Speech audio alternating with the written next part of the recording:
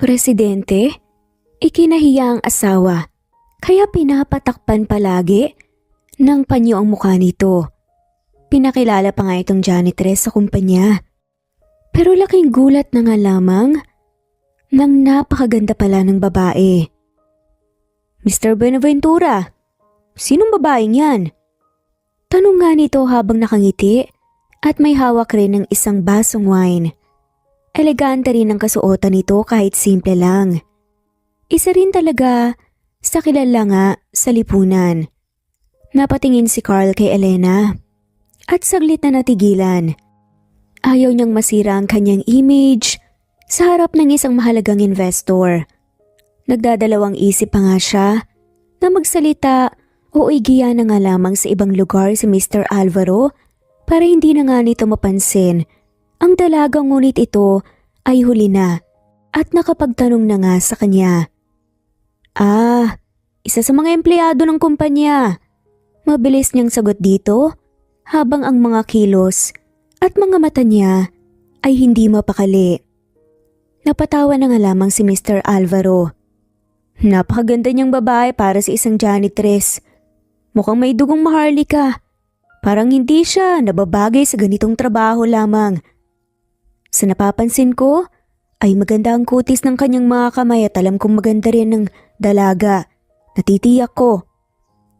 Sa pagkakataong to lumapit nga si Mr. Alvaro kay Elena at marahan nga na tinanggal ang panyong tumatakip sa kanyang mukha.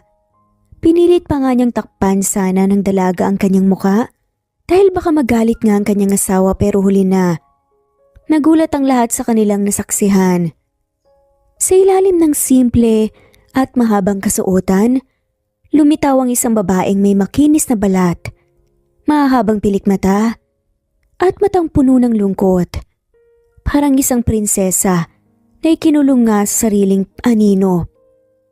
Para tuloy itong naging kwento ng isang prinsesa na inalila at napagkaita ng ganda ng mundo. Nagbulungan ang mga bisita. Sino siya? Bakit mukha siyang reyna? At bakit siya tinatrato na parang isang ordinaryong tauhan? Hala, oo nga, napakaganda niya. Hindi siya nababagay sa kanyang ginagawa. Hindi dapat siya nagpupunas ng sahig eh. Ito ang mga maririnig sa paligid ng mga bulungan ng mga naroroon dahil sa pagkamangha at pagkabigla. Biglang naging tahimik ang buong silid at ang lahat ay nakatingin kay Alejandro. Naghihintay ng kanyang sagot. Ang mga taong nandoon. Si Carl mismo ay tila natigilan. Parang umurong ang kanyang mga dila. Hindi niya inasahan ang ganitong sitwasyon. Hindi siya makapagsalita. Sa wakas, ang bumasag ng katahimikan ay si Mr. Alvarado. Muli niyang tanong sa binata, Mr. Buenaventura, sino ba talaga siya? Napatingin nga si Carl kay Elena.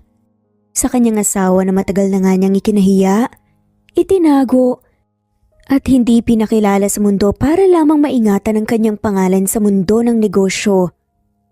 Alam niyang wala na nga siyang ibang pagpipilian sa mga oras na yun. Wala na rin naman siyang takas mula sa mga taong naroroon dahil mas magmumukha nga siyang kahiya-hiya kung aalis na nga lamang siya bigla. Si Elena naman ay mahigpit na nakahawak nga sa kanyang palda dahil ang mga palad niya ay namamawis dahil sa matinding kaba. Alam niyang ito na nga ang sandali kung kailan malalaman ng lahat ang katotohanan. Nararamdaman niya din sa loob-loob niya. Huminga ng malalim si Carl. Inayos niyang suot na suit at niluwagan ng necktie at tumayo ng tuwid. Siya si Elena. Mahina ngunit mariin na sabi nga niya sa madla at rinig naman ang kanyang mga salita. Ang aking asawa. Muling nabalot ng katahimikan ng silid. Lahat ay tila hindi makapaniwala. Yung iba, napapatakip na nga lamang ng kanilang bibig sa gulat at yung iba naman, nagbubulungan. Naranasan mo na bang ikahiya ka ng sarili mong asawa?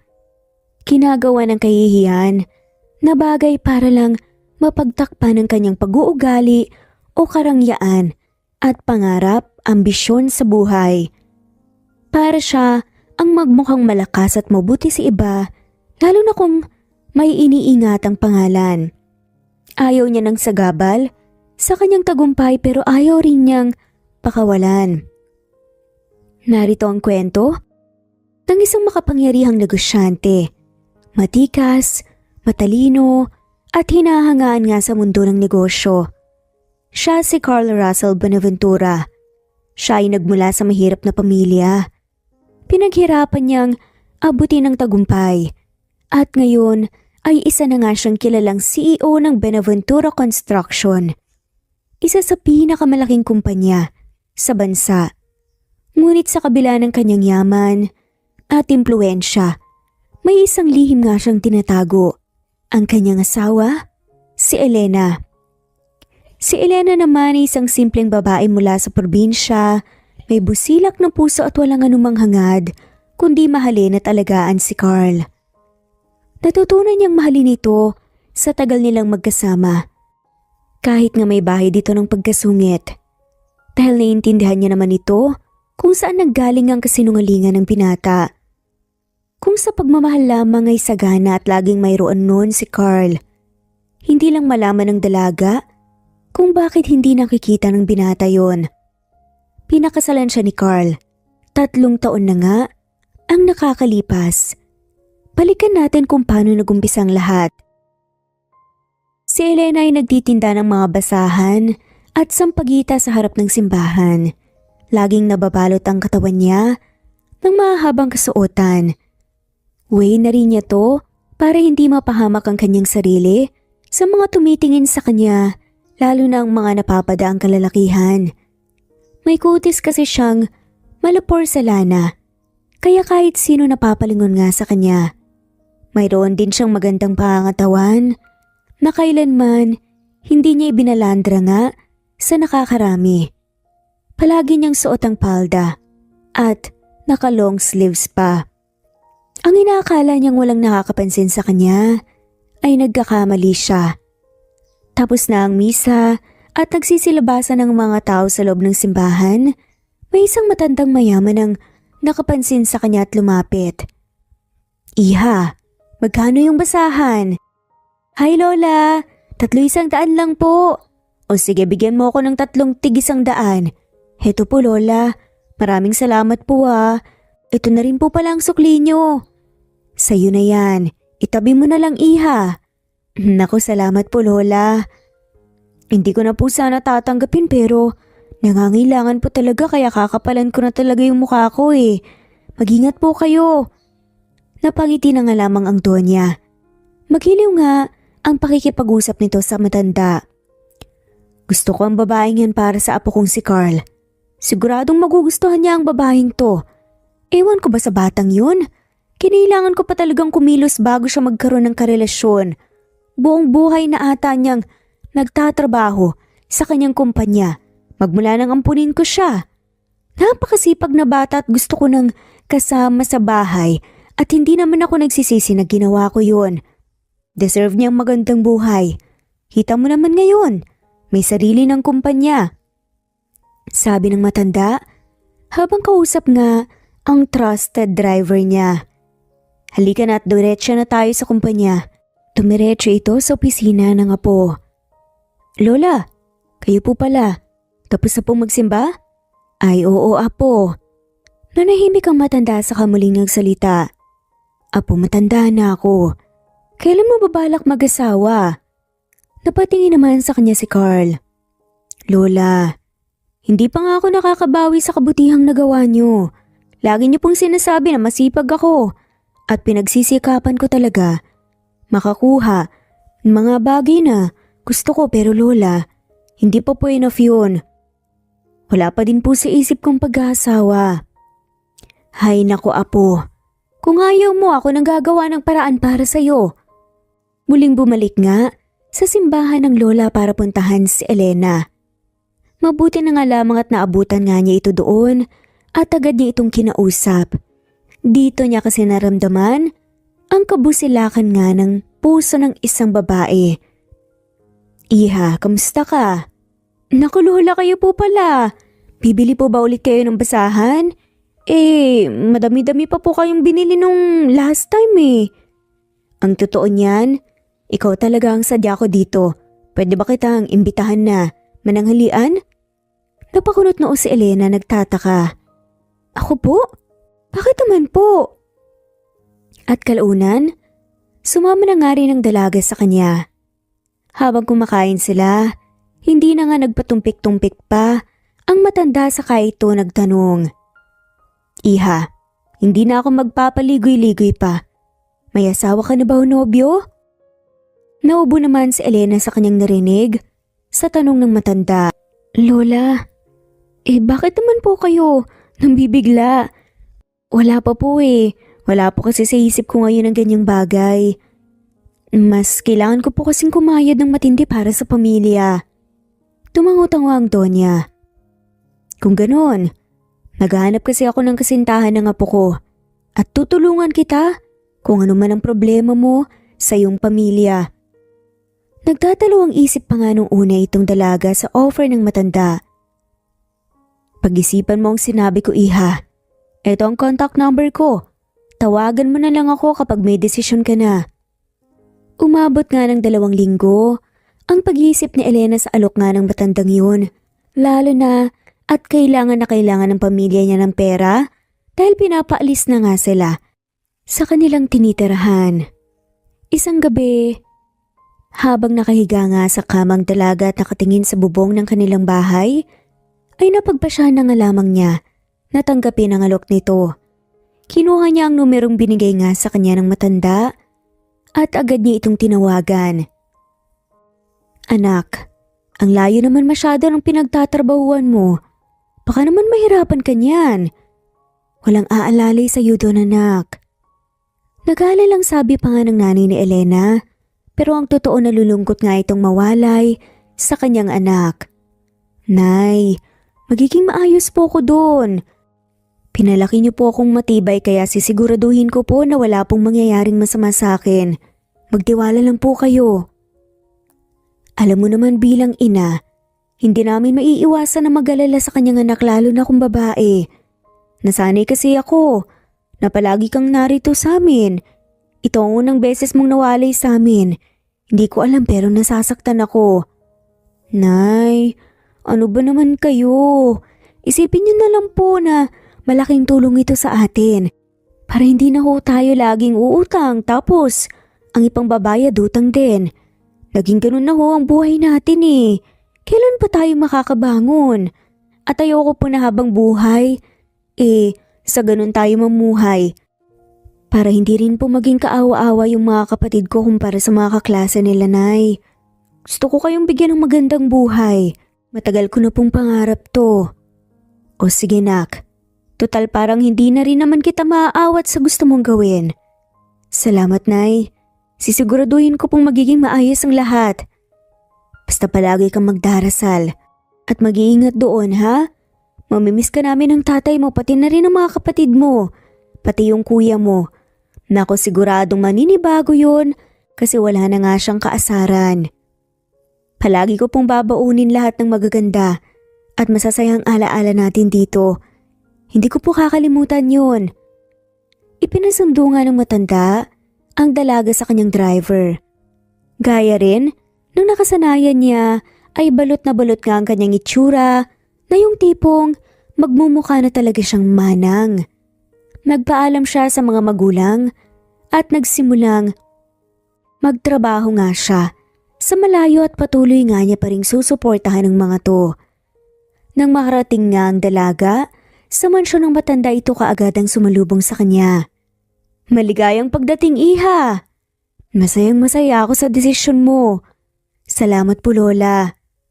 Niyapos siya ng matanda dahil sa labis na tuwa. Hindi nakatira ang apo ko dito. May sarili siyang bahay malapit lang din dito sa subdivision. Sa ngayon dito ka na lang muna tumuloy sa bahay ko. At mainam nang magpahinga ka na muna. Baka kasi mabigla ka. May pagkamasungit yung apo ko lagi kasing pagod at puyat. Kaya parang normal lang naman ang maramdaman niya yon. Natatawang kwento pa nga ng matanda. Pero sa loob-loob nga nito, ay natutuwa siya sa nangyayari. Salamat po Lola. Sa tingin ko kasi, kailangan niya ng makakatulong sa kanya. Palagi na lang kasing makakatulong ang nakakasama niya sa bahay niya.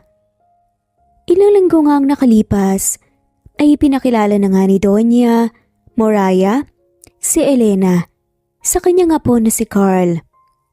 Apo, this is Elena. Elena, this is Carl Russell and you can call him Carl for short. Grandma, what's the meaning of this? Makikita nga sa mukha at tono nga ng pagsasalita ni Carl ang malalim na pagtataka. She's your girlfriend, iho. Palagi na lang makakatulong ang nakikita mo. At yung mga papeles, dokumento o kung ano-ano pa. Hindi ka ba nagsasawa? Para naman may ibang mukha naman na makikita mo at mag-aalaga sa'yo. Lola, hindi ko naman po kailangan ng bagong kasama sa bahay. Masaya naman po ako sa buhay ko ngayon. Basta, whether you like it or not, iiwan ko na sa'yo dito sa bahay mo. Si Elena dahil from now on, magkasintahan na kayo.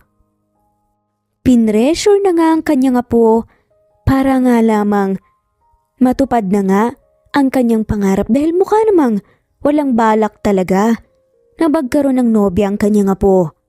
Para din sa kanya to. But Lola, no buts? Basta mananatili siya dito sa bahay mo. Wala nang nagawa pa si Carl sa naging pasya ng kanyang lola. Kundi ang pumayag na nga lamang dahil naging mabuti naman ito sa kanya. Hindi na nga rin siya kumontra pa. Napatingin naman ang binata sa dalaga dahil mukha itong manang at wala man lamang kaayos-ayos nga ang mukha. Nakatali din ang buhok nitong mahaba. Hindi man lamang nakapagplagay ang dalaga ng lipstick dahil hindi rin naman siya mahilig sa cosmetics. Paano mo na-convince si Lola? Masungit pa nga na tanong nga ni Carl kay Elena. Napakunot noo si Elena. Ha? Hindi ko siya kinumbinsi Whatever. Gawin mong gusto mong gawin at gagawin ko rin ang gusto kong gawin. Maliwanag? Para kay Lola, huwag kang mag-assume na magugustuhan kita sa itsura mong nasabi pa nga nito sa dalaga. May pahapyaw pa nga ang lait. Nakala mo, hindi nanggaling sa hirap ang binata.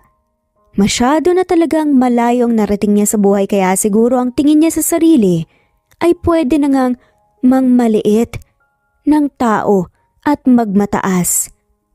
Ngunit doon siya nagkakamali. Dahil hindi niya alam, dahil sa kanyang pinapakita, ay may pagsisisi sa huli. Ate Josie, pakisamahan na nga lamang po siya sa kwarto niya. Agad naman na sumunod ang isa sa mga katulong niya na medyo matanda na nga lamang ng kaunti sa dalaga. Halika, sumunod ka sa akin. Pitbit ang isang pirasong bag na naglalaman ng ilang piraso niyang damit ay halos lahat ay pare-pareho. Lumipas ang mahabang panahon. At dahil na nga rin sa kagustuhan ng kanyang lola at para mapasaya ito, ay nagawa nga niyang pakasalan ng babae kahit labag sa kalooban niya. Bukod sa ayaw niya pa na mag-asawa, hindi talaga niya nagugustuhan ang postura ng babae. Mukha itong manang na mas malala pa nga ang itsura sa mga katulong niya. Kaya kada lalabas nga sila, ay nahihiya itong dumikit sa babae dahil nagmumukha itong alalay. Lagi niya rin pinapatakpan ang mukha nito gamit ang malapad na panyo, lalo na kapag nasa pampubliko nga silang lugar. Nalaman din ng dalaga na ang binata ay hindi tunay na apo ni Lola Moraya.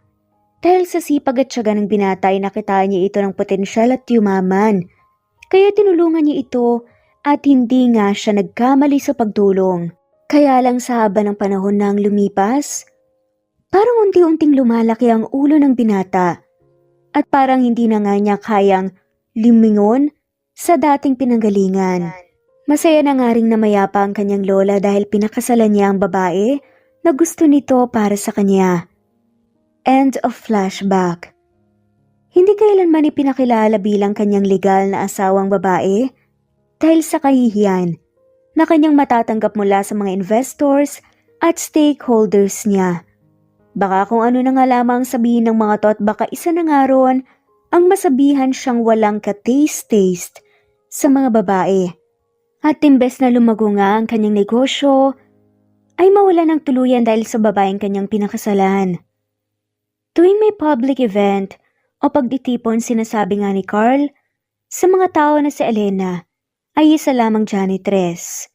Sa kanilang kumpanya, kapag nadalaw naman ang babae sa kumpanya, palagi niyang ginagawa yun sa babae para maiwasan ang maraming chismis sa paligid.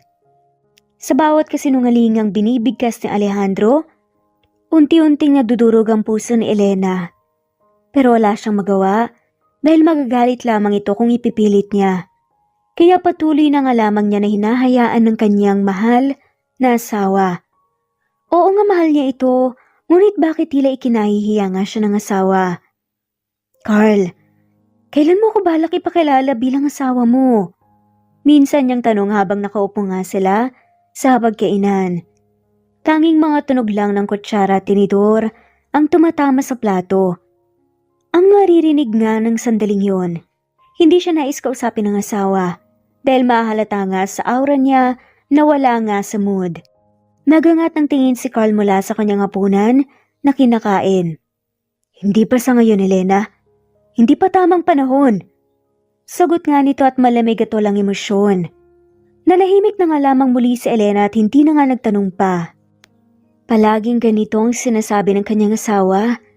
Sa tuwing magtatanong siya dito, paulit-ulit na lang kahit paulit-ulit din siyang sinasagot nang palagi niya na nga lamang naririnig sa kanyang asawa. Hindi niya maitatanggi sa puso niya na mayroon siyang lungkot sa sinasabi ng asawa. Nang gabing yun, tahimik nang umiyak si Elena sa kanyang silid. Dinaramdam ang mga sinasabi ng asawa sa kanya at kung paano ito paulit-ulit na sinasabi ni isa lamang siyang janitress sa mga tao sa opisina. Akala tuloy ng mga empleyado ay totoong nagtatrabaho siya doon bilang isang tagalinis. Mahal niya si Alejandro. Ngunit hanggang kailan siya magpapakamartir? Hindi rin naman siya nakaramdam ng pagsisisi sa kanyang nagawang desisyon. Dahil naging mabait ang matanda at malaki-laki ang naitulong nito sa kanyang pamilya.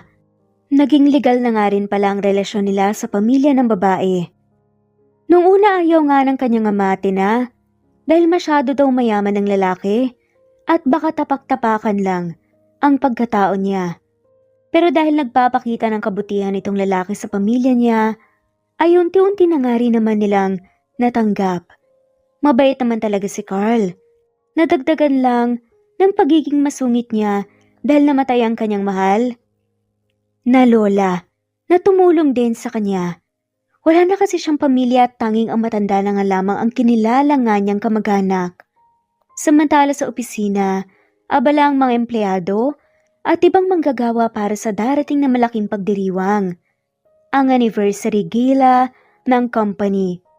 O pare, kamusta? Busy-busy tayo ah. Wala ka bang kadate sa gala? Sana man lang kahit dun may madala kang chicks. Palagi ka na lang nakasimangot eh. O di kaya ay abala palagi dito sa kumpanya mo. Just enjoy the party bro and bring your date. Baka naman sa araw na yun eh. Nakatutok ka na naman sa laptop mo. Pangungot siyang sabi nga ng kaibigan niyang si Rafael. Naging magkaibigan sila dahil magkaibigan ang magulang ni Rafael at ng lola nga ng binata. Napalingon naman si Carl sa nagbukas na pintuan at dumiretso nga ng sofa habang tinutokso siya. Nandito ka naman pare. Tuwing pupunta ka dito, puro chicks na lang laman ang bibig mo ah. Huwag mo nga akong itulad sa'yo. Busy akong tao kaya wala akong kaide-ideya sa ganyan. Wala akong ide-date sa anniversary gala ng kumpanya. Araw yun ng kumpanya ko at hindi araw ng mga puso.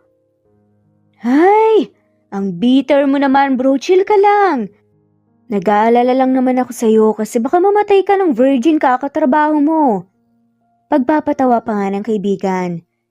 Kahit na kaibigan ito ni Carl, hindi alam na mayroon nga siyang asawa.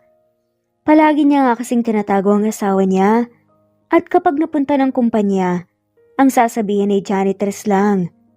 Katulad ng minsang dumalaw nga ito sa kanya para dalhan nga siya ng tanghalian. Sakto rin naman na makailang minute ay Dumating nga ang kaibigan na si Rafael. Agad niyang tinago nga sa ilalim ng mesa ang dalang pagkain ni Elena.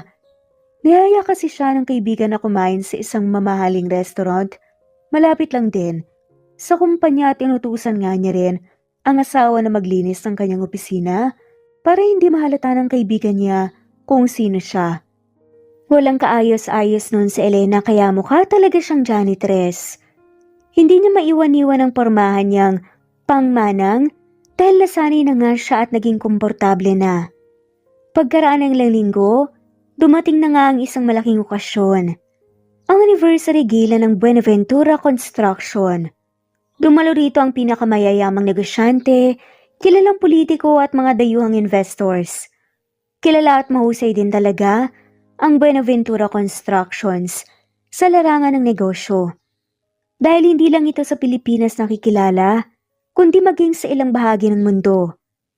Hindi may pagkakailang mahusay humawak at magpalago si Carl Russell Buenaventura.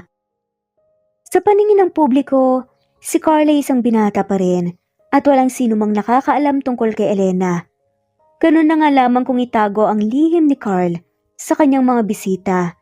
Natatakot siya na malaman ang kanyang matagal ng sekreto, lalo na sa araw na ito na marami ang dumalo. Habang nakatayo si Carl sa harap ng mga bisita, ipinagmamalaki niya ang kanyang tagumpay at husay. Nakikipagtawanan pa nga siya sa bawat bisitang kanyang nadadaanan. Ngunit sa likod ng engrandeng kasiyahan naroon si Elena, hindi bilang panauhin, kundi bilang isang janitress. Suot ang kanyang simpleng uniforme. Pinilin din sa kanya ng asawa na kapag lalabas nga siya ay takpan niya ang kanyang mukha upang maiwasan ang pagka-distract ng mga taong naroroon. Sinunod naman niya ito bilang pagsang-ayon sa gusto ng kanyang asawa. Oo, pumayag nga si Carl na gawin sa asawa niya ang bagay na yun. Labag man sa loob ay kailangan nga niyang panindigan na siya ang walang asawa at ito ay binata pa. Hindi rin naman kasi mahalata sa kanyang postura na siya ay kasal na at may asawa. Sa isang sulok ng ballroom, nagmamasid siya habang masayang nag-uusap at nagiinuman ng mga bisita. Hindi rin naman maipinta ang hiya sa mukha niya habang ginagawa niyang magselbi sa mga bisita habang ang kanyang asawa ay masayang nakikipag-usap sa mga bisitang dumalo. Pilit niyang iniintindi ang nangyayari. Ayaw niyang mapahiya ang asawa sa mga oras na yun. Pinipilit na nga lamang din niyang libangin ang sarili sa mga nakikita. Pero dahil ito ay formal na okasyon, ay naisipan nga niyang magayos ng kahit kaunti. Naglagay siya ng kaunting pulbos, blush on, at kaunting lipstick. Mas lalong lumitaw ang ganda niya na hindi napansin ng asawa niya. Ngunit nanatili din ang panyo sa kanyang mukha gaya ng bilin nga nito bago sila lumabas ng venue. Maya-maya pa sa gitna ng kanyang pagmumuni-muni sa mga bisitang nakikita niya, "Hoy, janitress! Linisin mo nga itong natapong alak!" Utos ng isang matandang ginang na nakasuot ng mga alahas at mamahaling damit habang bitbit ang isang baso ng wine. Mayaman ito at kilala sa lipunan. Dahan-dahang lumapit si Elena at yumuko. Kinuha ang basahan mula sa apron na kanyang suot at sinimulang punasan nga ang natapong alak sa sahig. Hindi niya namalayang nakatingin na pala sa kanya si Mr. Alvaro. Isang tanyag din na negosyante mula pa sa Spain at bagong business partner nga ni Carl. Dala ng curiosity at pagkamangha ay tanging ang babaeng ito lamang ang may takip sa kanyang mukha. Pinagmasdan niya ang dalaga ng mabuti bago bumaling kay Carl at lumapit dahil nababalot nga siya ng curiosity. "Mr. Buenaventura, sinong babaeng yun?" Tanong nga nito habang nakangiti at may hawak rin na isang basong wine. Elegante rin ang kasuotan nito kahit simple lamang. Isa rin talaga sa kilala sa lipunan. Napatingin si Carl kay Elena at saglit na natigilan. Ayaw niyang masira ang kanyang image sa harap ng isang mahalagang investor. Nagdadalawang isip pa nga siyang magsalita o igaya na nga lamang sa isang lugar si Mr. Alvaro para hindi na nga nito mapansin ang dalaga ngunit ito ay huli na at nakapagtanong na nga sa kanya. Isa sa mga empleyado ng kumpanya. Isa siyang janitress. Mabilis niyang sagot dito habang ang mga kilos at mga mata niya hindi mapakali. Napatawa si Mr. Alvaro. Napakaganda niyang babae para sa isang janitress. Mukhang may dugong maharlika. Parang hindi siya nababagay sa ganitong trabaho lamang. Sa napapansin ko, maganda ang kutis ng kanyang mga kamay. At alam kong maganda rin siyang dalaga. Natitiyak ko. Sa pagkakataong lumapit si Mr. Alvaro kay Elena at marahang tinanggal ang kanyang tumatakip sa muka. Pinilit pa ngang takpan sana ng dalagang kanyang muka dahil baka magalit nga ang kanyang asawa pero huli na. Nagulat ang lahat sa kanilang nasaksihan. Sa ilalim ng simple at mahabang kasuotan, lumitaw ang isang babaeng may makinis na balat, mahabang pilikmata at matang puno ng lungkot. Pero parang prinsesa na ikinulong sa sariling anino. Para tuloy itong naging kwento ng isang prinsesa na inalila nga at napagkaitan ng ganda ng mundo. Nagbulungan ng mga bisita. Sino siya? Kahit na mukha siyang manang sa suot niya. Sa mukha niya nagmumukha pa rin siyang reyna. At bakit siya tinatrato na parang isang ordinaryong tauhan? Oo nga, napakaganda niya. Hindi nga siya nababagay sa kanyang ginagawa eh. Hindi dapat siya nagpupunas ng sahig. Ito ang mga naririnig nga sa paligid na mga bulungan ng mga naroroon dahil sa pagkamangha at pagkabigla. Biglang naging tahimik ang buong silid at ang lahat ay nakatingin kay Alejandro. Naghihintay ng kanyang sagot ang mga taong nandoon. Minsan na rin kasi silang napabalitang magkasama. Nachismis nga sila dati, kaya nga pinapatakpan nito ang muka sa tuwing magkasama sila. Si Carl mismo ay tila natigilan. Parang umurong ang kanyang mga dila. Hindi niya inasahan ang ganitong sitwasyon. Hindi siya makapagsalita. Sa wakas, ang bumasag ng katahimikan ni Mr. Alvaro. Muli niyang tanong sa binata, Mr. Buenaventura, sino ba siyang talaga? Napatingin si Carl kay Elena. Sa kanyang asawa na matagal na nga niyang ikinahiya, itinago at hindi pinakilala sa mundo para lamang maingatan ang kanyang pangalan sa mundo ng negosyo. Alam niyang wala naman siyang ibang pagpipilian sa mga oras na yun. Wala na rin siyang takas mula sa mga taong nandoon dahil mas magmumukha nga siyang kahiya-hiya kung aalis na nga lamang siya bigla. Si Elena naman ay mahigpit nga na nakahawak sa kanyang palda. Dahil ang mga palad niya ay namamawis dahil sa matinding kaba. Alam niyang ito na ang sandali kung kailan malalaman na nga ng lahat ng katotohanan. Nararamdaman niya din sa loob-loob niya. Huminga ng malalim si Carl. Inayos niya ang suot, nasuot nga at niluwagan ng necktie at tumayo. Siya si Elena. Mahina ngunit mariin nga niyang sabi. Sa madla, narinig naman ang kanyang mga salita. Ang aking asawa. Muling nabalot ang katahimikan ng silid. Lahat ay tila hindi makapaniwala. Yung iba ay napapatakip na nga lamang ng kanilang bibig sa gulat at yung iba naman ay nagugulumahanan. Anong nangyayari? Grabe, ang akala ko ay binata pa rin siya. Bakit niya nagawa sa asawa niya yun? Kaya nga, hindi ba siya nahihiya? Mas nalagay patuloy siya sa kahihiyan. Bulong-bulungan ng mga tao. Naririnig naman ito ni Carl pero wala na nga siyang magagawa pa. Anong ibig mong sabihin? Tanong ng isa sa mga investors. Ilang taon na kaming kasal. Pero itinago ko siya sa takot na husgahan ng lipunan. Sa takot na hindi siya tanggapin ng mundo ko. Ngunit ngayong nasa harapan ko na siya. Ngayon ko lang napagtanto. Siya ang aking kayamanan. At hinding-hindi ko na siya ipagkakaila. Napatitig si Elena sa kanya. Hindi makapaniwala sa kanyang narinig mula sa asawa. Galing mismo sa bibig nito ang mga katagang yun. Ngunit sa kabila ng mga salitang yun, ramdam ni Elena ang pait sa kanyang puso na matagal na nga niyang dinaramdam. 3 taon, Carl. Mahina ngunit puno ng sakit ang kanyang tinig. 3 taon mo akong ikinahiya. 3 taon akong naghintay. May pakilala mo ako bilang iyong asawa. Pero itunuring mo akong isang anino ng buhay mo. Ngayon mo lang ba ako ipaglalaban? Anong klaseng asawa ka? Ilang beses kitang tinanong. Pero lagi mong sinasabi na wala pa sa tamang panahon. O heto ngayon. Sa palagay mo, ito na ba ang tamang panahon? O sadyang hanggang ngayon ay patuloy mo pa ring iniingatan ang pangalan mo? Nakala mo sisirain ko dahil isang tindera lamang ako ng Sampaguita. Asawa mo, pinakilala mong janitress. Napayo ko si Carl. Sa unang pagkakataon naramdaman niyang maaaring mawala sa kanya si Elena. Ngayon lamang siya nahimasmasan. Nakaramdam siya ng matinding takot at hindi niya inaasahang maramdaman yon.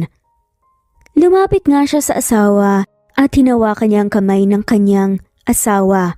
Puno ng pagsisisi ang kanyang mga mata at maluha-luha ito. Elena, mahal kita. Patawarin mo ako. Pagsusumamo nga nito sa kanyang asawa na ngayon ay may bahid ng sama ng loob na mababakas nga sa kanyang itsura. Nagbulungan muli ang mga bisita. Para silang nasa isang pelikula at naghihintay nga sa magiging sagot ni Elena. Muli siyang tumingin kay Carl at sa kanyang mga mata ay may halong sakit, pagmamahal at pagsisisi. Hindi ko alam kung kaya kong kalimutan ang sakit. Pero gusto kitang paniwalaan, Carl.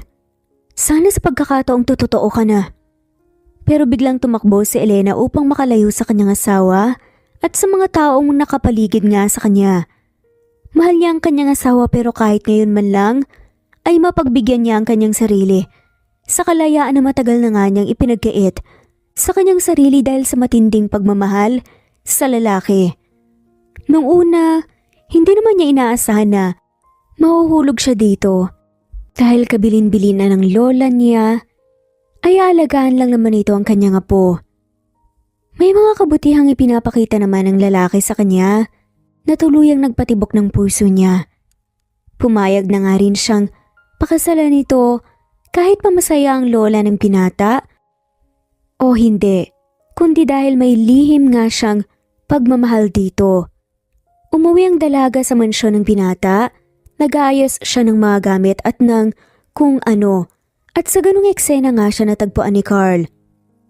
Anong ginagawa mo? Bakit ka nag-aayos ang mga gamit mo? Saan ka pupunta? Tumigil naman ang dalaga sa kanyang ginagawa, tumayo ng tuwid at tumingin sa mga mata ng lalaki. Carl, sa palagay ko, ito muna yung magandang gawin. Anong ibig mong sabihin? Siguro, uunahin ko muna ngayusin at mahalin ang sarili ko. Tapos ingatan at palaguin mo ang kumpanyang pinaghirapan mo. Ayokong maging sagabal sa mga ginagawa mo. Tao ako, nauubos din. Kailangan ko din ng pahinga kasi matagal akong nagtiis na magtago para lang ingatan ang pangalan mo. Ginawa ko naman, 'di ba? Kasi ang totoo mahal kita. Hindi ko alam kung bakit hindi mo nakikita yon. Huwag mo namang gawin sa akin to, please. Magagalit si Lola. Pagdadahilan pa nga ni Carl. Nagmakaawa nga ito sa harap ng dalaga habang suot ang maamong muka. Hawak-hawak din ito ang mga kamay ng dalaga. Alam mong mahal na mahal ko din si Lola. Sinusunod ko ang mga utos niyang alagaan ka. Ginawa ko na yon hindi lamang dahil sa paggalang at pagmamahal ko sa kanya, kundi dahil mahal kita. Wala akong ibang ginawa kundi mahalin ka palagi at iparamdam sa'yo na mahalaga.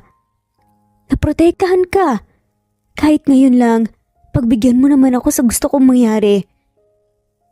May napagtanto ko kanina habang pinagtatawanan ako sa party. Nagpatuloy nga ang dalaga sa pag-aayos ng gamit. Mauna na ako. Matutunan mo muna sana ang mga bagay na nakalimutan mong gawin. Mahal kita, Carl. Pero sa tingin ko, kailangan na muna nating magpahinga. Bumalik na lang tayo sa piling ng iba kapag handa ka na at handa na ulit ako. Mahal kita at hindi na magbabago pa yon. Gusto ko lang matutunan mo yung mga pagkakamaling nagawa mo. Sabi nito sa asawa, tsaka unti-unting nagbitaw nga sa kamay ng binata. Tuluyan na ngang umalis ang dalaga bitbit ang kanyang mga gamit. Naiwan namang tulala at walang magawa ang lalaki. Ang daming realizations ang pumasok sa isip niya nang lumabas nga ng pintuan ng kanyang asawa. Pinili ng dalaga na bumalik na nga lamang sa kanilang probinsya. Magsimula muli, total, malaki na rin naman ang nagbago sa buhay niya dahil sa tulong ng matanda. Sobra niya itong ipinagpapasalamat. Habang si Carl naman, tahimik sa kanyang loob ng kwarto. Hindi maipinta ang mukha at iniisip ang kanyang mga nagawa. Nahihiya siya dahil sa tagal nilang bilang magkasintahan ngayon niya nga lamang naramdaman at nalaman na mahalaga pala ang babae sa buhay niya. Isang malaking pagbabago ang nangyari sa buhay niya. Nasanay siya sa presensya ng babae sa bawat sulok ng kanyang mansyon. Ang pagiging masayahin nito at pagiging maasikaso, ngayon hinahanap-hanap niya. Kahit pa may mga katulong nga siya, iba pa rin talaga ang alaga ng kanyang asawa. Hindi nga nagkamali ang kanyang lola sa pagpili ng babae. Dahil may busilak itong puso. Hindi niya lang agad napansin. Mas napansin pa nga niya ang kapintasan nito, ang pagiging manang nito. Hindi niya nakita ang tunay na pagmamahal. Bigla niyang naalala ang mga huling sinabi sa kanya ng babae. Sinusunod nito ang utos ng kanyang lola na alagaan at pahalagahan siya hindi lamang dahil mahal niya ang lola nito kundi dahil may lihim na nga rin palang pagmamahal ito sa kanya. Bakit hindi niya naisip yun? Bakit hindi niya nakita? Kailangan pang sabihin sa binata at mangyari ang hindi dapat mangyari sa anniversary gala nila? Ang di inaasahang pagpapakilala niya sa babae. Hinayaan muna niyang kutyain at pagtawanan ng kanyang asawa bago nga ito ipakilala. Hanggang dulo ay pinatunayan nga ng babae ang kanyang pagmamahal dito. Kaya naman napag-isip-isip ng binata na hindi nga tamang tumunganga lamang siya. Walang ginagawa at hindi niya hayaan ang babaeng mahal niya tuluyan ang mawala sa piling niya. Hindi ako papayag na ito ang dulo ng lahat ng kwento namin. Kailangan may gawin ako. Kung nandito lang si Lola, siguradong tatalakan ako noon kung wala akong gagawin. Mahal niya ako pero minsan mas mahal niya para si Elena. Lola, makakaasa po kayo na muli ko pong babalikan si Elena. Gagawin ko po ang lahat para maging akin ulit siya. Sisiguraduhin kong babawi ako sa lahat ng ginawa ko sa kanya. I'm sorry, Lola. Ito ang mga salitang binitawan ng binata habang nakaupo sa dining at nilagok nga niya ang natitirang alak sa kanyang baso. Hindi muna siya gumawa ng hakbang ng basta. Pinag-isipan niya talaga ng mabuti. Kaya naman ang kanyang ginawa ay hindi niya kinausap o hinabol si Martha. Sa unang 3 buwan, binigyan niya ng pagkakataon ng babae na makapagpahinga. Kumbaga sa mga salita pa ng millennial ay space. He gives her space that she deserves. Nagpamis nga lamang siya ng konti. Samantala si Elena naman ay napili na nga munang umuwi sa kanilang tahanan sa kanilang probinsya. Namiss niya ang sariwang hangin, kanilang tahanan at lalong-lalo na ang kanyang pamilya. Nagtaka naman ang nanay niya kung bakit naging biglaan ang pagdating niya. Kaya naman ikinuwento na nga niya ang buong pangyayari. Galit na galit ang mga to sa naging kwento niya. Pinakalma niya ang mga ito at pinilit na magsabi ng kabutihan ng lalaki na nagawa sa kanya. Ngunit hindi nagbago ang pagtingin ng mga to sa kanyang asawa. Anak, magkape ka muna.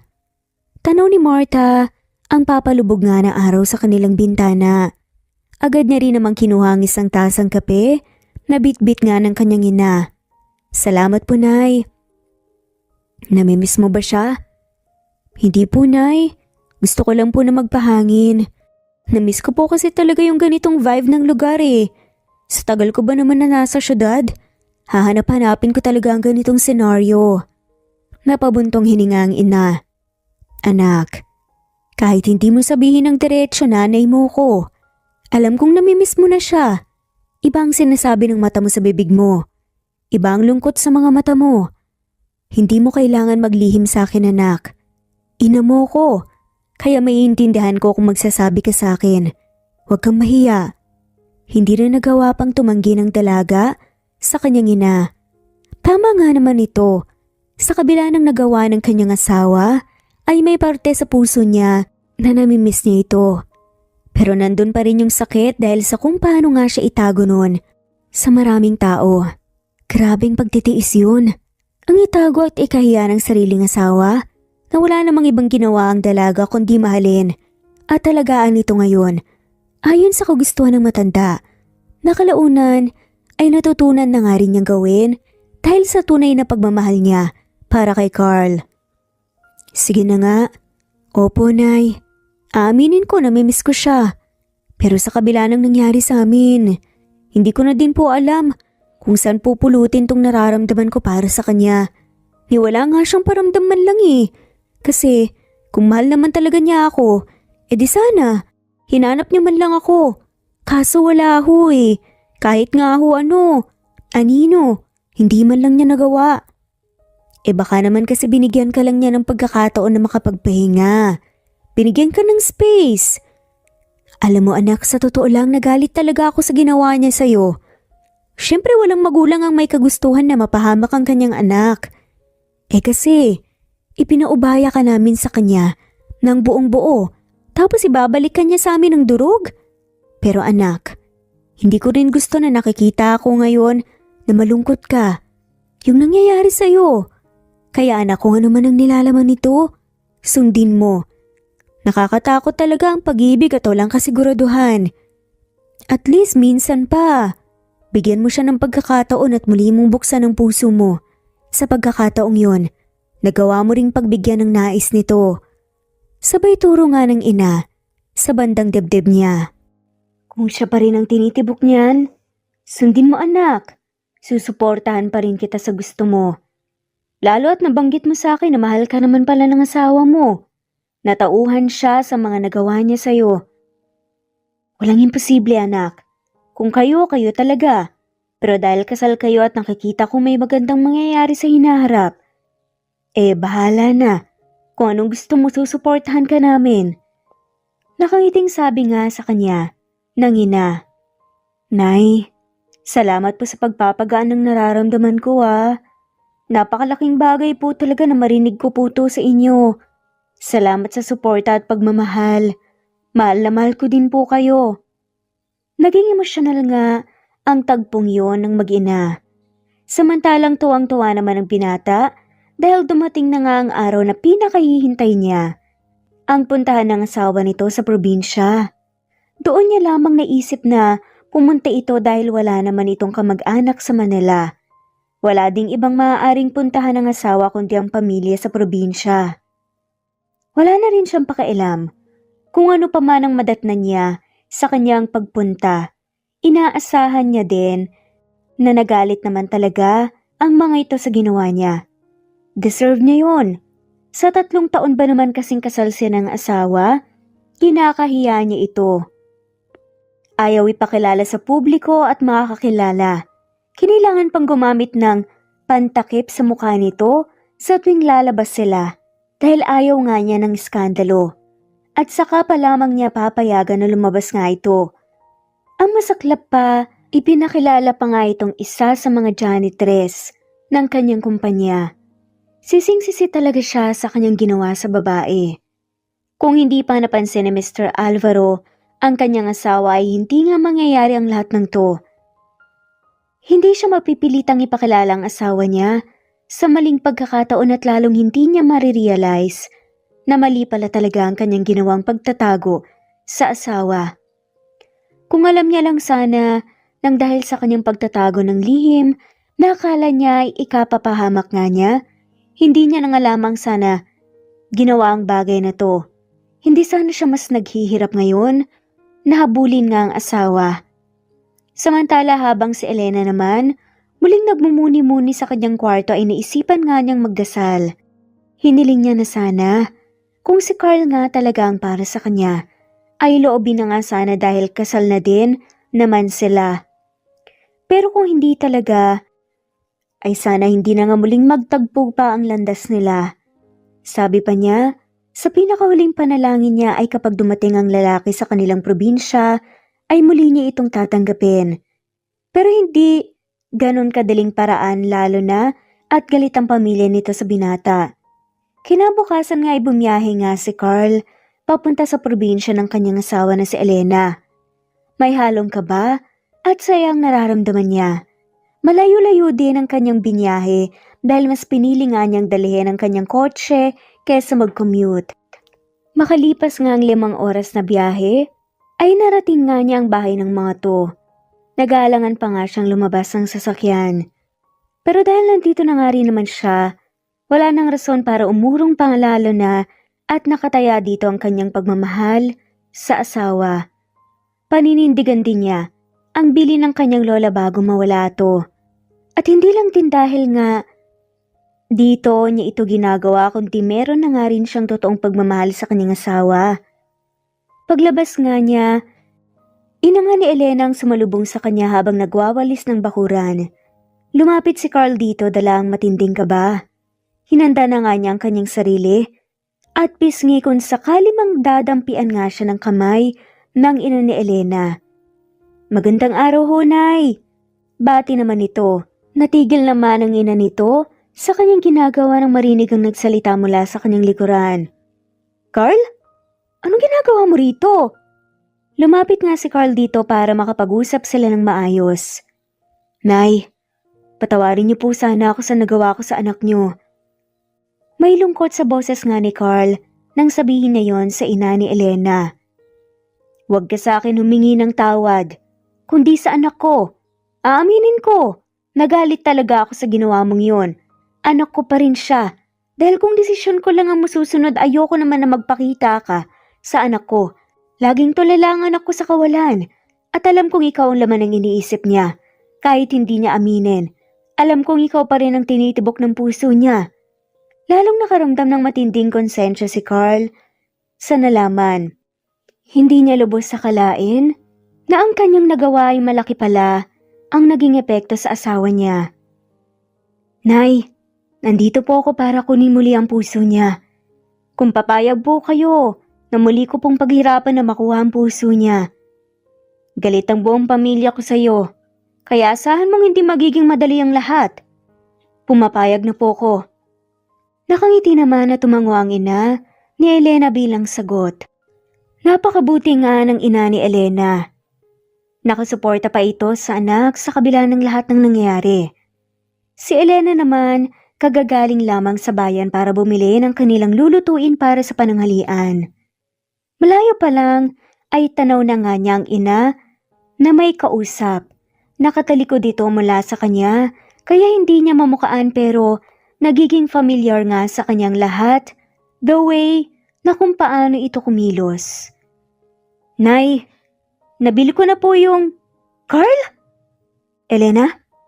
Biglang nagkaroon ng buhay ang mga mata ni Carl nang makita niya si Elena sa harapan niya. Anong ginagawa mo dito? Narito ako para humingi ng tawad sa iyo.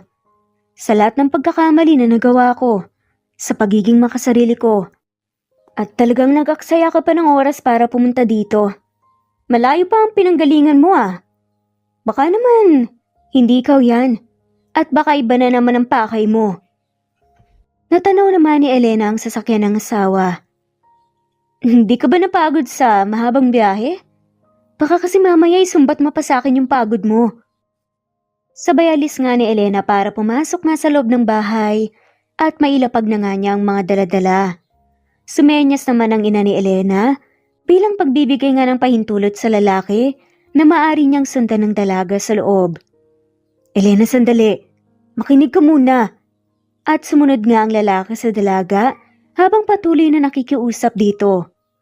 Hindi ka ba natatakot? Galit ang buong angkan ko sa'yo. Kung ako sa'yo umalis ka na dito bago ka pa maabutan ng tatay ko at ng kuya ko. Nakakahiya din sa mga mas bata kong kapatid. Alam ko naman yun, Elena. Bago mo pa sabihin yan, napaghandaan ko na yan. Sa dami ba naman ang nagawa ko sa'yo? Ano pa bang dapat kong asahan na bumungad sa akin? Elena, mahal kita. Sandali namang natigilan sa Elena at napakurap-kurap ang mata dahil iniiwasan nga niyang hindi maiyak sa harap ng lalaki. Humarap siya dito para sabihin, "Mahal mo ko?" Mapait namang natawa si Elena. "Ang tagal kong hinintay ang pagmamahal na yan at sabihin mo sa akin. 3 taon na, Carl. Baka naman hindi ka pa rin sigurado sa nararamdaman mo. I-check mo muna ang puso mo. Baka kasi mauwi na naman tayo sa pagiging makasarili mo." Nasaktan nga ng binata noon, pero tama naman ang dalaga. Nagkamali siya at wala nga siyang karapatang magdamdam. Dahil una sa lahat, siya naman ang may gawa ng lahat kung bakit nasa sitwasyon na nga sila na to. Patawarin mo ko. Gagawin ko ang lahat, pangako. Bumalik ka lang sa akin, mahal ko. Hindi ako sanay sa umaga na hindi ka ang nakikita ko at nag-aasikaso sa akin. Ibalik na natin yun, please. Pangako, gagawin ko talaga ang lahat para mapatawad mo ko. Paano kung bugbugin ka ni tatay dito ngayon? Papayag ka ba? Tila naninindak nga na saad ni Elena. Oo, sige. Kung isa yun sa paraan para mapasaya kita at para makabawi ako sa'yo. Pero sa loob-loob nga ng babae ayaw nga niyang nakikitang nasasaktan nito. Mahal niya, kaya hindi nga rin niya hahayaan na mangyari yun. Pero dahil galit din ang pamilya niya, ay baka wala nga siyang magawa. Ay nako, Carl. Mabuti pa bumalik ka na lang sa inyo. Wala kang mapapala dito. Hindi. Mananatili ako dito. Napairap sa Elena. Bahala ka. Saan ka tutuloy? Saan ka matutulog? Pananakot nga nito. May dala akong tent. Ha? Para kang Boy Scout kaso bawal magtayo ng tent dyan sa bakuran. E di, sa sasakyan ako matutulog. Hindi din pwede mag-park dyan sa harap ng matagal. Nag-isip nga si Carl. E di maghahanap ako ng ibang pwedeng parkingan para hindi makaistorbo sa inyo. Seryoso ka ba talaga sa mga pinagsasasabi mo? Matari na sad ni Elena. Lumapit si Carl sa dalaga at nahigit nga nito ang kanyang hininga. Dahil sa lapit ng lalaki sa kanya, amoy din ito ang pabango at mabangong hininga. Seryoso ko sa iyo, Elena. Ulitin ko. Gagawin ko ang lahat, makuha ka lang. Ulit. Pabulong pa nga nasabi ng binata sa kanya. Lumayo ka nga! Sabay tulak nga ni Elena sa asawa. Maya-maya pa ay naabutan na nga siya ng nanay nito sa ganoong posisyon. At naging seryoso nga si Carl sa kanyang mga sinabi. Mapapamahal kasi siya. Kung mag-hotel nga siya kaya nagbaon na nga lamang siya ng tent, pero dahil hindi pumapayag si Elena sa gusto nga niyang mangyari, ay sa sasakyan na nga lamang siya natulog. Naghanap lang siya ng safe na lugar na pwedeng pagparkingan at doon nga mananatili at magpapalipas ng gabi. Habang naghuhugas nga ng plato si Elena, ay lumapit ang kanyang ina. Anak, nakakaawa naman yung nobyo mo. Sa sasakyan mo talaga patutulugin yan? Hayaan niyo siya, Nay. Gusto niya yan eh. Magdusa siya. Lumapit naman ang ama niya sa kanyang ina dahil napansin nga nito ang kanina pa nga nakapark na sasakyan sa tapat ng bahay nila. Imelda, kaninong sasakyan ba yan? Parang kanina pa yan nandyan Nobyo yan ni Elena. Ano? Hayop na yan Ang lakas ng loob magpakita. Matapos ang ginawa niya sa anak ko, ang lakas naman ng loob niya. Saan siya kumuha ng kapal ng mukha para pumunta dito? Elena, naihanda mo na ba yung annulment paper nyo? Sabi ko sa iyo, diba i-work mo na yun nang matapos na ang kasal nyo. Galit na tanong pa nga ni Cardo. Pautal-utal naman si Elena. Ha? Opo tay. Sad nga lamang nito. Cardo, huminahon ka naman. Hindi naman ikaw yung susuyuin Yung anak mo naman ang susuyuin at saka annulment paper. Agad-agad. Hindi pa nga naaayos, diba? At hindi pa niya napapatunayan kung talagang may na-realize nga siya at handa siyang magbago at magsisi. Ano bang pinagsasasabi mo? Ang tagal nagtiis ng anak natin. Ikinahiya niya? Napahiya pa siya at kinutya. Hindi ako makakapayag na lumapit pa yan sa anak ko. Pwera na lang kung magkakapirmahan na ng annulment papers. Naku, lalatiguhin ko talagang lalaking yan. Lumapit naman ang kanyang kuya sa kanila. Ano bang nangyayari dito? Kanina pa ako nakakarinig ng sigawan niyo dito sa kusina. Ilang pirasong plato pinag-aawayan niyo pa. Pambihira din naman kayo. Kamo tulong saad pa nga ng kanyang kuya. Ay naku, isa ka pa. Pumalik na nga kayo sa mga kwarto niyo. Napatawa na nga lamang tuloy si Elena sa nakikita niya pero sobrang seryoso ng kanyang ama at pinipilit pa talaga siya na papirmahin na nga ng annulment paper ang asawa niya. Mabuti na nga lamang talaga at nandyan ang ina niya para aluin ito. Nay, bakit parang hindi man lang po kayo nagagalit sa lalaking yun? Kawawa naman kasi. Galit nga kayong lahat eh. Ano naman, kung ibigay natin sa kanya na maging mabuti naman ako. Naniniwala ako na may mabuti pa rin siyang puso, anak. Tsaka, nakikita ko yun nung nakiusap siya sa akin kanina. Mararamdaman mo na lang kung sincere siya. Napailing na nga lamang si Elena. Pagkatapos niya nga sa gawaing kusina, ay dumiretso na nga siya sa kanyang silid. Napasilip siya sa bintana at nakita niya ang binata mula sa sasakyan na abala sa pag-aayos nga ng gamit at ng higaan. Biglang may pumasok nga sa isip ni Elena. Teka sandali. Hawak ang baba niya. Napaisip nga ito. Parang kagabi lang, nagdasal ako na kapag pumunta siya dito, muli ko na siyang pababalikin sa buhay ko. Ang bilis naman. Hawak pa rin ito ang kanyang bibig. Baka hindi to totoo. Subukan muna natin kung hanggang saan makakaya niya. Aaminin nga ni Elena sa kanyang sarili na may kilig nga siyang nararamdaman. Natulog tuloy siyang nakangiti dahil alam niyang nasa paligid lamang ang asawa niya. Kinabukasan paggising ni Elena, hinanap niya ang ina. Kaarawan din kasi ng kapatid niya ngayon at may usapan sila.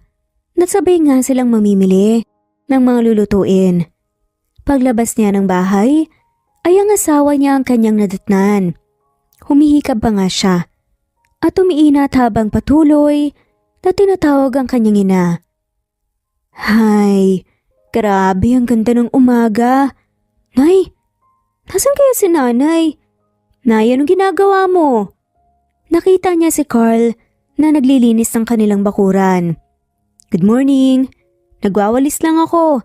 Nabanggit kasi niya na sa akin na birthday daw ng kapatid mo. Tamang-tama dahil wala naman akong gagawin eh. Eh di maglilinis na lang ako dito. Napakunot no si Elena. Alam ba ni tatay at ng kuya ko yung malaya mong ginagawa ha? Nagkibit balikat na nga lamang ang binata. Hindi ko sigurado eh. Basta si nanay pinayagan niya akong gawin to. Hay, bahala ka nga dyan. Teka sandali. Ano? Kagigising ko lang ha. Huwag ka nga munang manginis dyan, pwede? Pagtatari nga ni Elena. Hindi naman ako nangiinis eh.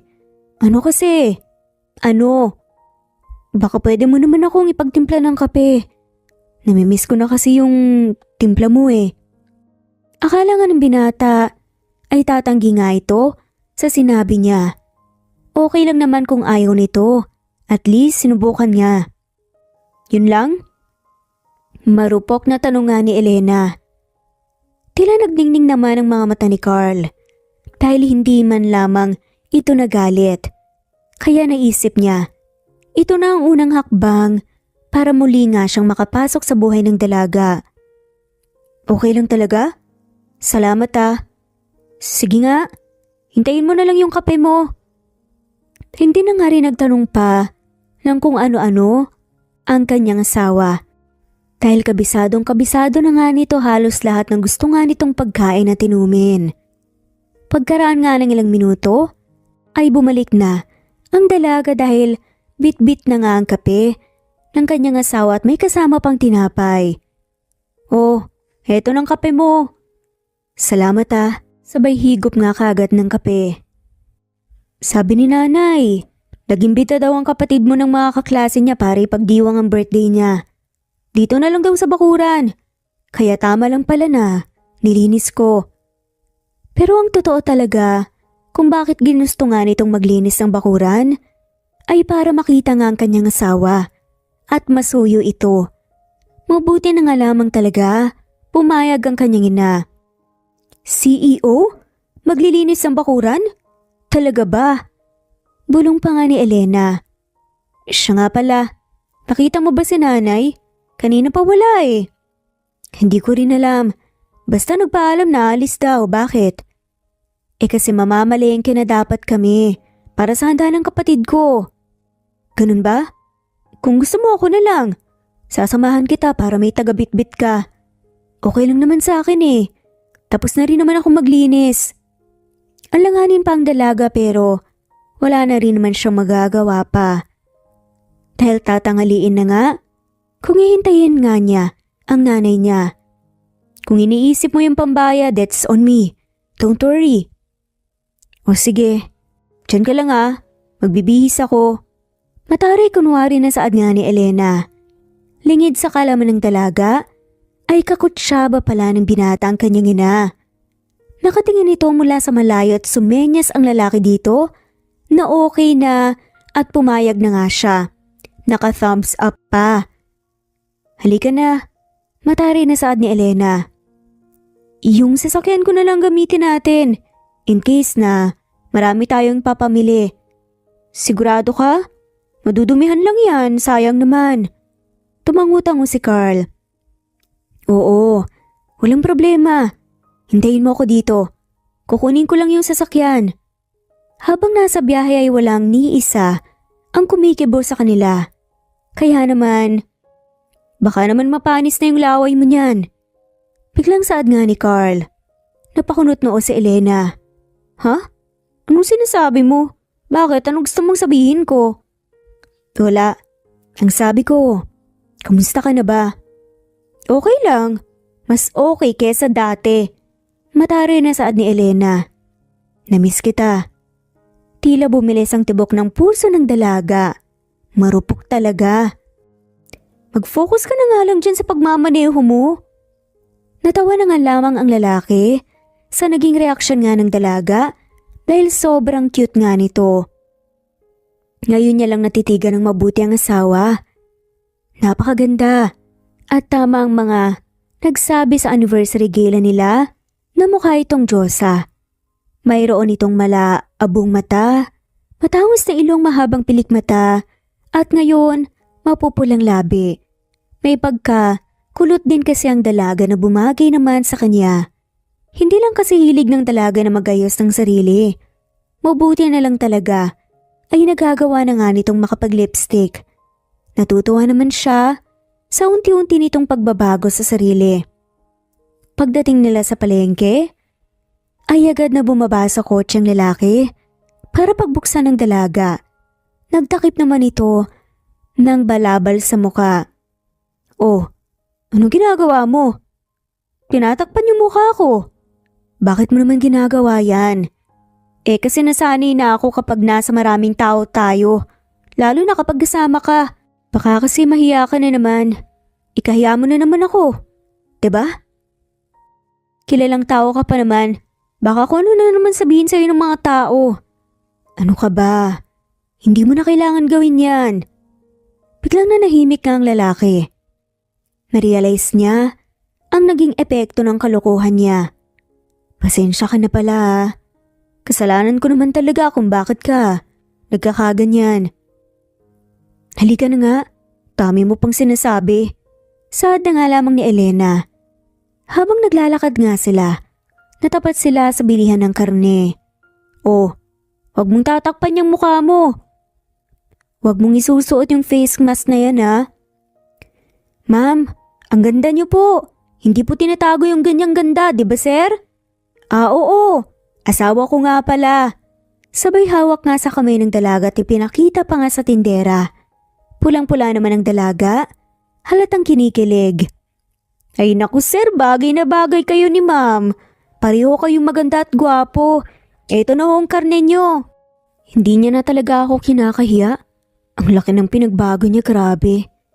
Pulong nga ni Elena sa kanyang sarili. Salamat po. Bakit nga pala ito ang pinamili natin?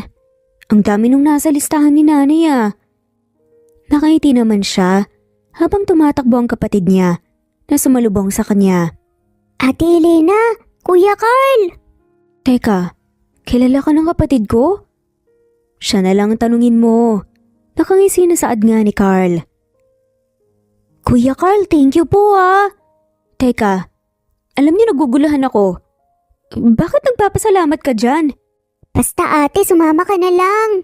Bigla namang sumulpot ang kanyang ina. Nay, saan ho kayo galing? Tsaka, ano pa yung sinasabi ni Kisha?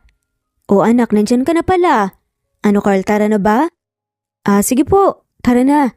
O siya anak, sa unahan ka na lang umupo. Kami na sa likuran ng mga kapatid at tatay mo.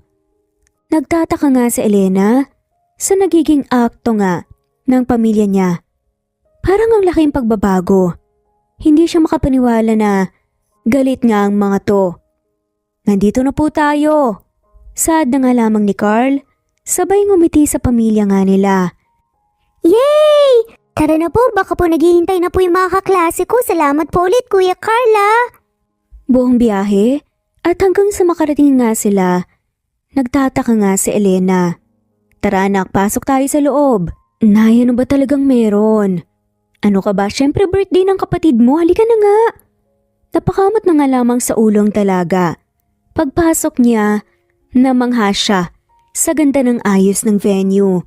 Ate, salamat po talaga kay Kuya Carl. First time ko pong mag-birthday ng ganito. Halos lahat po ng kaklase at kalaro ko po imbitado. Napatingin naman ng dalaga sa binata na nakatingin din sa kanya at nakangiti sabay kindat. Kaya pala sobrang konti nung pinamili natin kasi may plano ka pala. Teka, paano mo ito nagawa ka agad? Kilala ko kasi ang may-ari nitong venue. One of my friends and investors. Tsaka sabi ko baka pwedeng kiddie party na lang.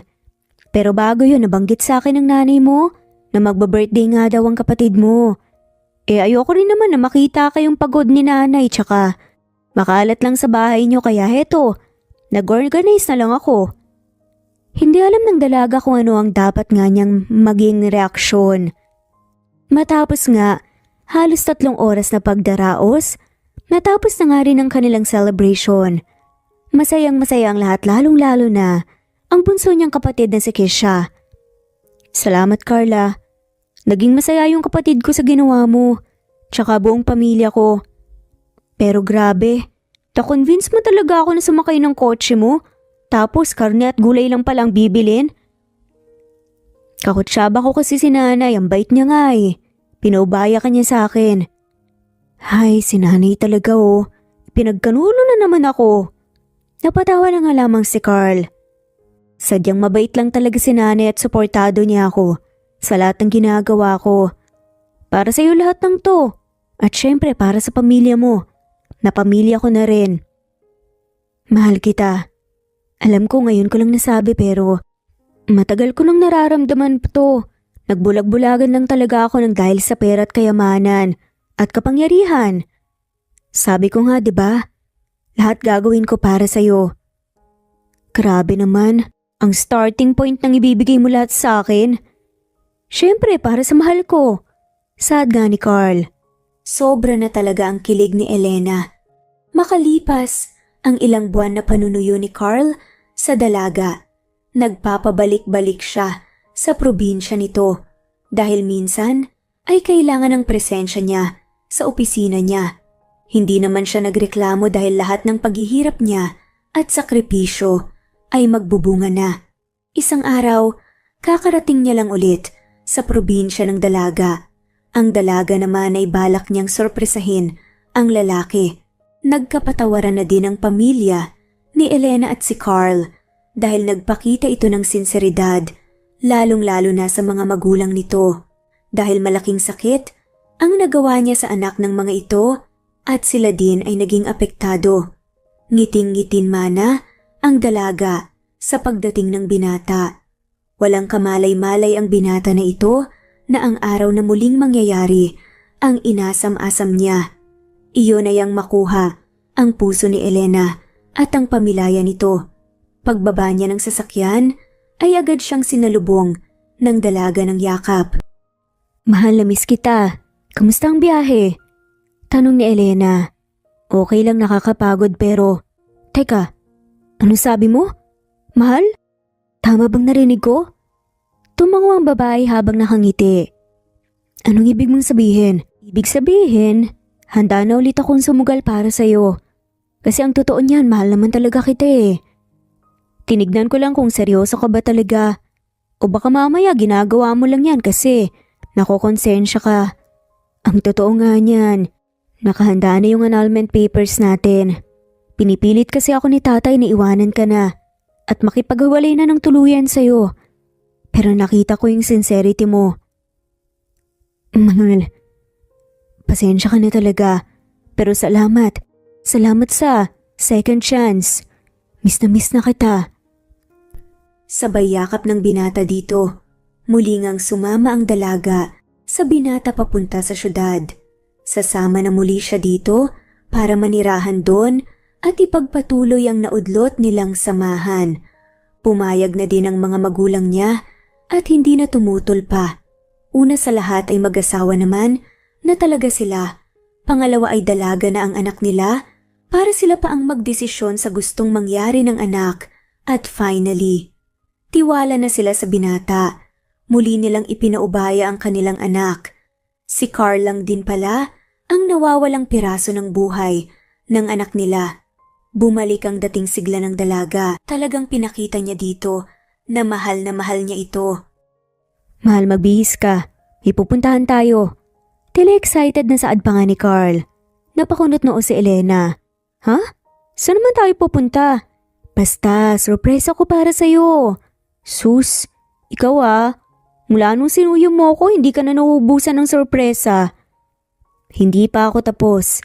Sa lahat-lahat mahal, basta magtiwala ka lang. Pagkarating sa isang lugar, ay bumaba na nga sila sa kanilang kotse at kinailangan nilang sumakay sa isang yate. Mahal, ano to? Bakit tayo magyayate? Ano bang meron? Gusto ko lang i-date yung maganda kong asawa. Huwag kang kabahan. Nandito lang ako. Sabay hawak nga ni Carl sa kamay niya.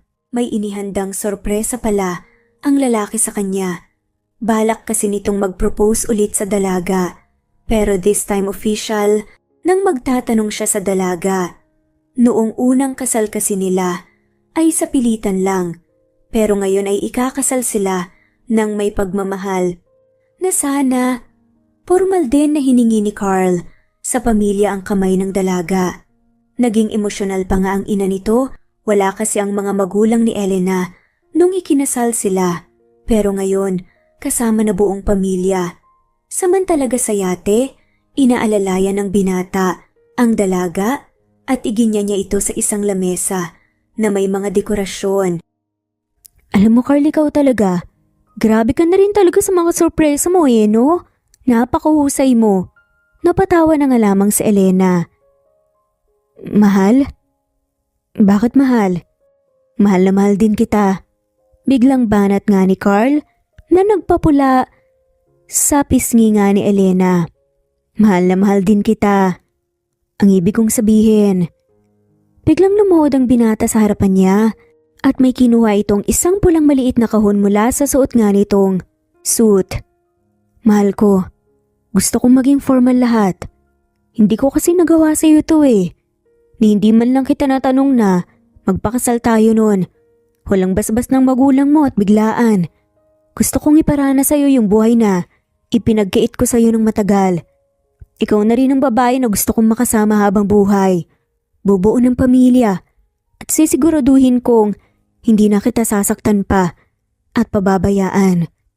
Elena mahal, although nasa iyo na ang last name ko, will you marry me again? Tanong na nga sa wakas ni Carl. And this time, sincere na nga siya at galing na talaga sa puso. Ha? Carl, ano kasi? Kinabahan naman si Carl sa naging reaksyon ng dalaga. Mahal, bakit? Hindi maipinta ang kaba sa mukha ni Carl at napapalunok na nga lamang din siya ng laway. Nagsimula na nga rin siyang pagpawisan ng matindi. Oo naman mahal, pakakasalan kita sa ikalawang pagkakataon. Kahit saang simbahan pa yan. Basta sa'yo at ikaw lang ang pakakasalan at mamahalin ko habang buhay. Mahal na mahal kita. Carl Russell Buenaventura. Naiiyak na saad pa nga ni Elena. Pasuspense na sabi ng dalaga pero emosyonal. Mula sa kabang nararamdaman ng binata ay napalitan ito ng galak. Dahan-dahang niyakap siya ni Carl sa harap ng lahat ng bituin sa kalangitan at buwan. Saksi ang mga ito sa kanilang pagmamahalan. Alam mo, kung hindi ka pumayag na magpakasal ulit sa akin, masasayang talaga yung fireworks. Nakakaabang pa naman yan. Tapos may mga tao pa na nakaabang na sumindi. Natatawang biro pa nga ni Carl sa kanyang nobya. Natawa na nga lamang din ang dalaga sa naging turan nga nito. Naging corny na nga talaga si Carl habang tumatagal. Alam mo, habang tumatagal yung pagmamahal mo sa akin nagiging corny na. O di kaya minsan nagiging joker ka na. Iba din talaga ang nagagawa ng pag-ibig. Napatawa na nga lamang si Elena at sa unang pagkakataon, lumabas ang totoong si Carl. Hindi ang negosyanteng puno ng kayabangan at pagiging masakarili, kundi isang lalaking natutong pahalagahan ang tunay na mahalaga sa kanyang buhay. At narito ang bagong simula sa kanilang buhay. Matapos ang gabing iyon, hindi na muling itinago ni Carl si Elena. Ipinakilala niya ito sa media bilang kanyang lehitimong asawa at hindi nagtagal, natanggap ito ng lipunan bilang asawa ng pinakamakapangyarihang negosyante sa bansa. Dumating na nga ang pinakahihintay ng lahat, ang pag-iisang dibdib ng magnobyo. Ilang linggo lang ang naging preparasyon dahil sobra silang na-excite. Di tulad noong una na hindi maipinta ang muka ni Carl na naghihintay sa altar. Ngayon ay hindi niya mapigilan ang maluha dahil sa magandang babae na naglalakad sa gitna ng simbahan. Katabi niya ang kaibigan na humahagod sa kanyang likod para patahanin ang kanyang kaibigan. Bro, wala pa, hindi pa nagsisimula ang kasal. Pigilan mo naman yung luha mo. Alam mo, araw namin to. Kapag ikaw ang kinasal, humanda ka talaga sa akin. Aasarin kita hanggang sa ikaw naman ang maging hulas. Yun ay kung sasagutin ka ni Jenny. Eh mukhang hanggang ngayon malabo ka pa rin eh. Good luck bro. Nag-aasaran pa nga magkaibigan pero napasimangot si Rafael sa huling sinabi nga ng kanyang kaibigan. Hinihiling ko ngayon na buong katapatan niyong ipahayag ang inyong damdamin sa isa't isa. Nagsalita na nga ang pare. Elena Santiago mahal, iingatan kita at alagaan. Asahan mong hindi kita sasaktan. Ilalayo kita sa kapahamakan kasi akin ka lang. Hindi ko rin nahayaan na may makapanakit sa'yo kundi ako lang. Sa gabi kapag naglalambingan. Natatawa naman ang mga nakikinig sa loob ng simbahan. Hindi ko na muling paparamdam sa'yo ang sakit na ginawa ko sa'yo noon. Saksi ang lahat ng naririto. Mamahalin kita at bubuo ng isang masaya at malaking pamilya. Carl Russell Buenaventura, mahal kita kahit anong mangyari. Handa akong magsakripisyo para sa'yo. Gagawin ko ang lahat hanggang sa makakaya ko. Hanggat malakas ako at patuloy din kitang mamahalin at paglilingkuran. Asahan mo na ang buong puso ko sa'yo lang. Handa akong makasama ka sa habang buhay. Maging masaya at bubuo ng isang pamilya. I love you mahal. Matapos nga ang ilan pang seremonyas, dumating na nga ang hinihintay ng lahat, maging ang pamilya ni Elena. You may now kiss the bride. Sa wakas ay saad na nga ng pare. Itinaas ng binata ang belo ng dalaga. Hinawakan niya ito sa magkabilang pisngi saka siniil ng isang napakatamis na halik. Ito ang pangalawang halik nila bilang mag-asawa pero this time ay may kasama ng pagmamahal. Makalipas ang 2 taon, nalaman nila na nagdadalang tao na si Elena. Quadruplets pa. Masayang-masaya ang pamilya nila, ngunit mas naging masaya ang dalawa. Ito na ang bagong simula ng kanilang buhay. Wala nang sino man ang magiging hadlang. Alam mo mahal, excited na nga talaga akong lumabas ang mga anak natin. Excited na rin talaga akong ipakilala sila sa buong mundo. Akalain mo yun? 3 taon tayong nagpigil. 3 taon din kasi kitang pinahirapan at ikinahiya. Pero ngayon, Magkakaanak na tayo ng 4 agad. Huwag kang mag-alala. Mamahalin ko kayo ng buong puso, lalo ng mga anak natin. I will be a good father to them.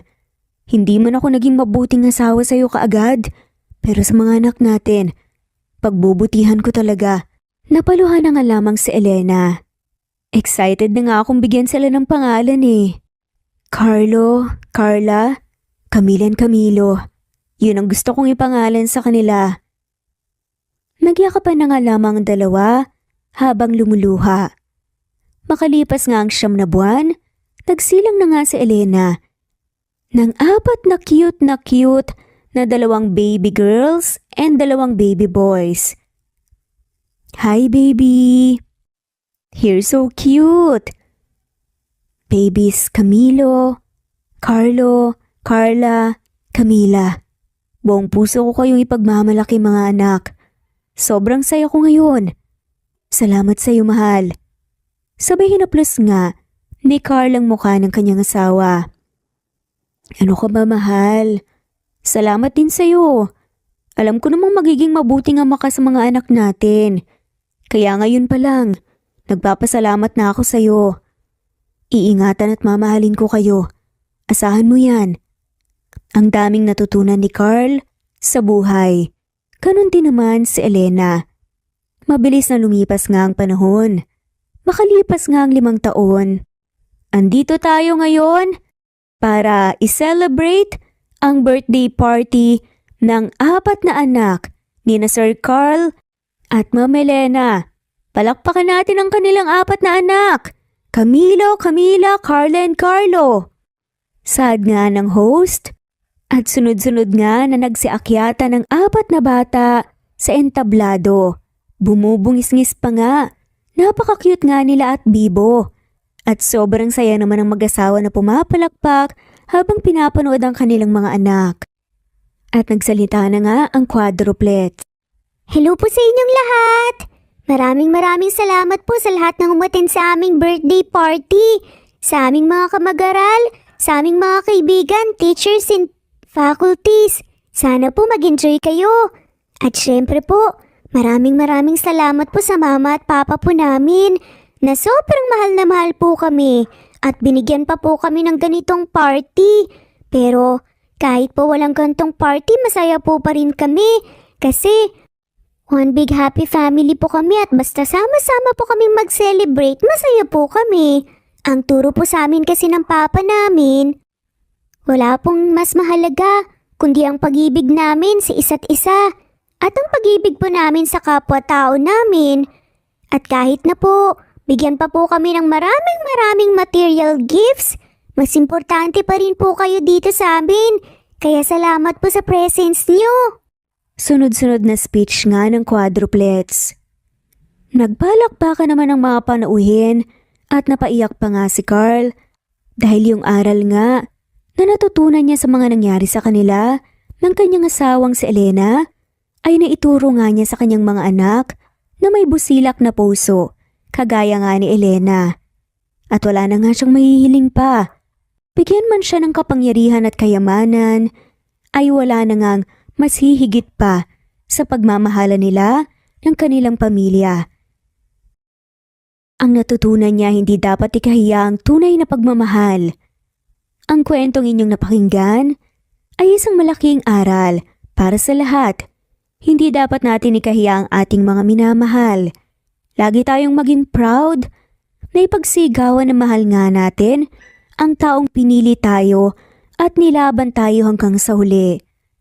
Si Elena din ang nagpapatunay na ang pagmamahal na tunay at wagas ay walang makakasira kahit sino man. Nilabanan nga niya, pero pinili niya rin muna ang pahirapan ng asawa niya na maibalik ang kanyang tiwala. Kahit alam niyang mahirap at nasasaktan siyang makita, doon naman niya napatunayan na wagas at totoo din ang kanilang pagmamahalan. Si Carl naman, sumisimbolo ng pagiging matapat at hindi pagiging makasarili pagdating sa taong mahal mo. Na malugmok man tayo at madapa, may pag-asa pa rin habang may buhay.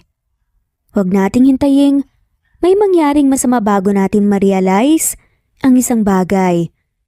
Huwag natin hantayin na mawala sa atin ang mga minamahal natin bago natin sila pahalagahan. Huwag mong hayaan na ang ibang tao pa ang makapansin ng mga bagay na hindi mo na-appreciate upang sa huli walang pagsisisi. Maraming salamat po sa pakikinig. At dito na nga po nagtatapos ang kwento nila Carl Buenaventura at Elena Santiago Buenaventura. Ang pag-ibig na sinubok ng panahon pero sa huli, sila pa rin. Maraming salamat po sa pakikinig at shoutout po sa mga sumusunod. Zenaida Porter, Presbyteros Rose, Yamasuka, Silveria Morales, Fe Navares, Liliana Bebe, Arcy Baltazar, Evangeline Zamora, Merlilin, Linley of Macau, Epifania de Ocares, Geraldine de Jesus, Presbyteros Rose Ostonalito, Crisanta de la Cruz, Lorna Mariano Teresita Schmid, Raylan Pudadera, Jelly Tampos, Senen Orzame, Mary Tauring, Rosa Echante, Leonisa Azotes, Daisy Del Rosario, Nino Regidor, Jessica Vargas, Julieta Caday, Julita Clag, Alma Parcon, Marie Ebio, Virginia Malasan, Zenaida Fontanilla, Mercy Villantes, Mariel Uy, Flor Cabrera, Crisanta de la Cruz, Jackie Roberts, Imelda Forteza, Marilu Gulmatico, Nori, Torres Brigida, Annie Hoson, Rebecca Tezuka, Liliano Bebe, Ems Season Vlog, Evangeline,